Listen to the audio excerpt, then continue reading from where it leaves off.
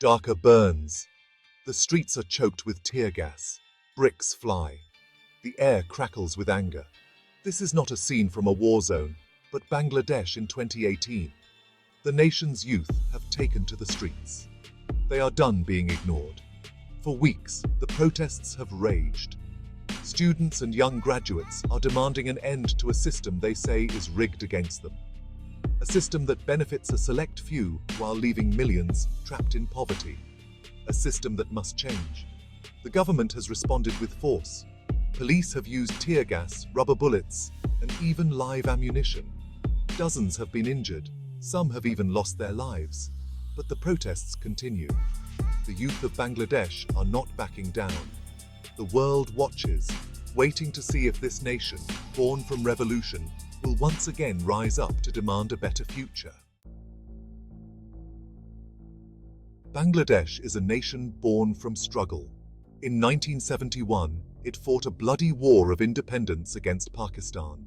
For decades, the people of East Pakistan, now Bangladesh, had been treated as second-class citizens. Their language, their culture, their very identity was under attack. Led by Sheikh Mujibur Rahman, the people rose up. They fought for their right to self-determination. They fought for a future where their voices would be heard. After 9 months of brutal conflict, victory was theirs. Bangladesh emerged from the ashes of war, a new nation determined to chart its own course. But the scars of the past ran deep.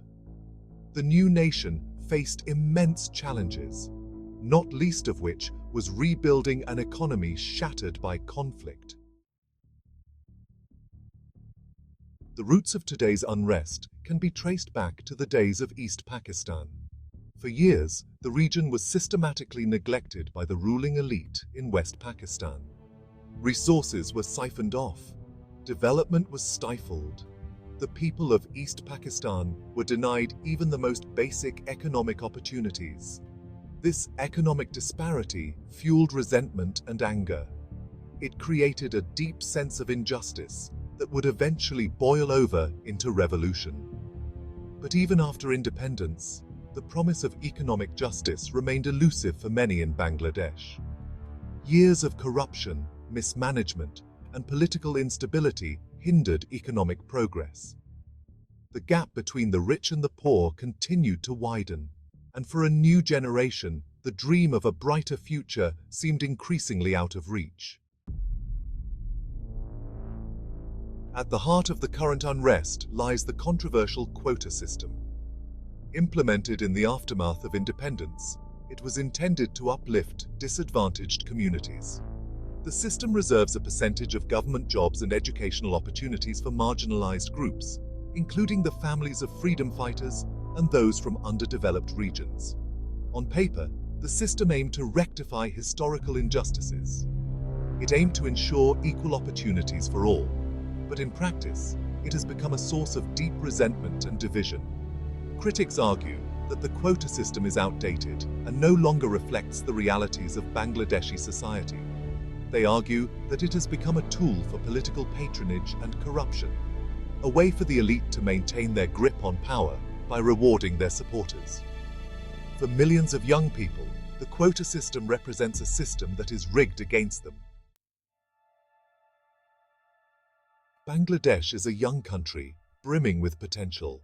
But for millions of young people, that potential is being squandered. The unemployment rate for graduates is staggering. Many are forced to take on menial jobs, their skills and education wasted.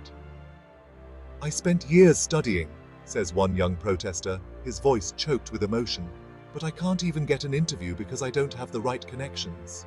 Another protester, a young woman with a master's degree, echoes his frustration. "The system is designed to keep us down," she says.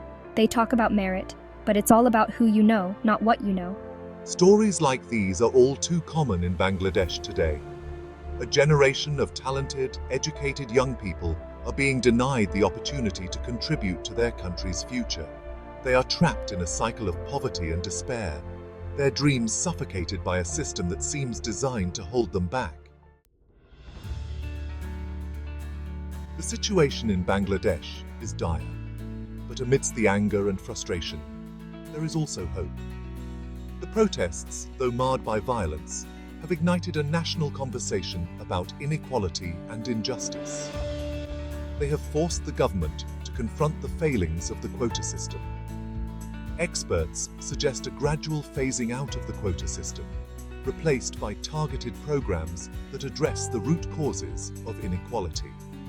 They call for investments in education, healthcare, and job creation, particularly in rural areas. They emphasize the need for good governance and an end to corruption. The protests, for all their chaos, have shown the world the power of the Bangladeshi people. They have shown that the youth of Bangladesh will no longer be silenced. They are demanding a fairer, more just society. The road ahead will be long and difficult, but the fight for a better future has begun.